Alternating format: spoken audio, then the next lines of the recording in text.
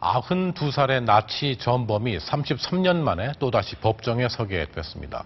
추가 범행이 확인됐기 때문인데 아무리 고령이라도 전범자에 대한 엄정한 처벌을 통해 과거사를 반성해 나가는 독일, 일본과 너무 비교되는 모습입니다. 김정환 기자입니다. 독일의 한 지방 법원에 백발의 노인이 다리를 절며 들어섭니다. 2차 세계대전 당시 나치 친위대원으로 활동한 네덜란드 출신 독일인 92살 지에르트 브루인스 씨. 유대인 형제 2명을 살해한 혐의로 지난 1980년부터 7년 동안 옥살이를 한 뒤 33년 만에 또다시 법정에 섰습니다. 네덜란드 레지스탕스 요원을 살해한 혐의가 추가됐기 때문입니다.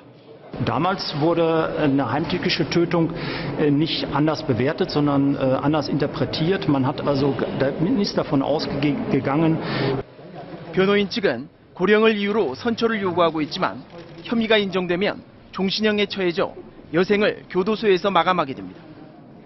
이에 앞서 지난 6월 헝가리에서는 100살에 가까운 나치 전범이 60년 만에 검찰에 기소됐습니다.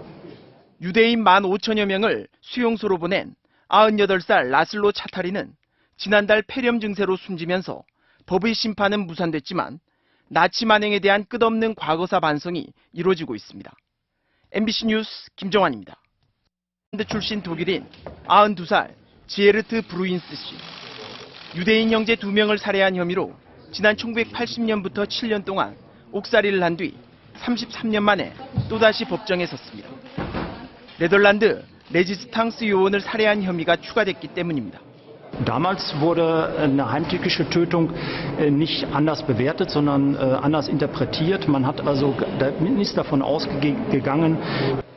변호인 측은 고령을 92살의 나치 전범이 33년 만에 또다시 법정에 서게 됐습니다. 추가 범행이 확인됐기 때문인데 아무리 고령이라도 전범자에 대한 엄정한 처벌을 통해 과거사를 반성해 나가는 독일, 일본과 너무 비교되는 모습입니다. 김정환 기자입니다.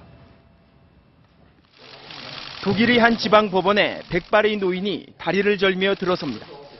2차 세계대전 당시 나치 친위대원으로 활동한 네덜란드 이유로 선처를 요구하고 있지만 혐의가 인정되면 종신형에 처해져 여생을 교도소에서 마감하게 됩니다. 이에 앞서 지난 6월 헝가리에서는 100살에 가까운 나치 전범이 60년 만에 검찰에 기소됐습니다.